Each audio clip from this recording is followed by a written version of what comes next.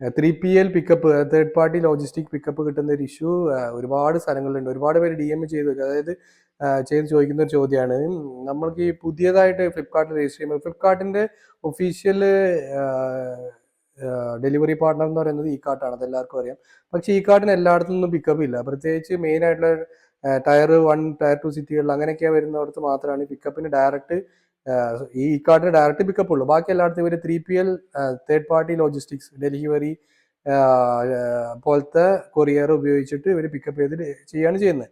അപ്പോൾ ഇത് നമ്മളിത് രജിസ്റ്റർ ചെയ്യാൻ നേരത്തെ പുതിയ ഫ്ലിപ്കാർട്ട് രജിസ്റ്റർ ചെയ്യുമ്പോൾ നമുക്ക് ഈ ഒരു ഇഷ്യൂ, അതായത് ഈ പിക്കപ്പ് കിട്ടാത്ത ഇഷ്യൂ വളരെ നമുക്ക് ഇതിനകത്തൊന്നും ചെയ്യാനില്ല.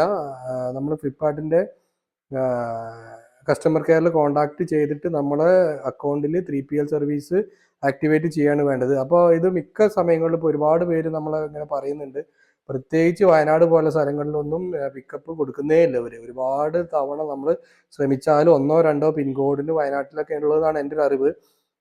കൽപ്പറ്റ, ബത്തേരി പോലത്തെ, മാനന്തവാടി പോലത്തെ 2-3 സ്ഥലങ്ങളിൽ മാത്രം ഇപ്പോൾ പിക്കപ്പ് കൊടുക്കുന്നുണ്ട്. അത് ഒരുപാട് തവണ ടിക്കറ്റ് റേസ് ചെയ്ത് റിക്വസ്റ്റ് ചെയ്ത് ചെയ്തിരുന്നാൽ മാത്രം ഒരു പിക്കപ്പിൻ്റെ 3PL സർവീസ് ആക്ടിവേറ്റ് ചെയ്ത് കൊടുക്കുന്നുണ്ട്. അപ്പോൾ ഇത് എല്ലാവർക്കും ഉള്ളൊരു ഇഷ്യൂ ആണ്. ഇതിന് പരിഹരിക്കാനായിട്ടൊന്നുമില്ല. നമ്മൾ മാക്സിമം ആദ്യത്തെ പ്രാവശ്യം നിങ്ങൾക്ക് ടിക്കറ്റ് റേസ് ചെയ്ത് നമ്മൾ ഫിക്സ് ആയി കിട്ടിയില്ലെങ്കിൽ പിന്നെ വീണ്ടും ശ്രമിച്ചുകൊണ്ടിരിക്കുക. എൻ്റെ അറിവിൽ 10 പ്രാവശ്യം വരെ ടിക്കറ്റ് റേസ് ചെയ്തിട്ട് ഫിക്സ് ചെയ്ത ആൾക്കാർ എൻ്റെ അറിവിലുണ്ട്. അപ്പോൾ ട്രൈ ചെയ്യാമെന്ന് മാത്രമേ ഉള്ളൂ. ഇങ്ങനെ ഇഷ്യൂ ഉണ്ട്, 3PL ആക്ടിവേറ്റ് ആക്കി കിട്ടാനായിട്ട് പിക്കപ്പ് ഫ്ലിപ്കാർട്ടിന് കുറച്ചൊരു മടിയാണ്.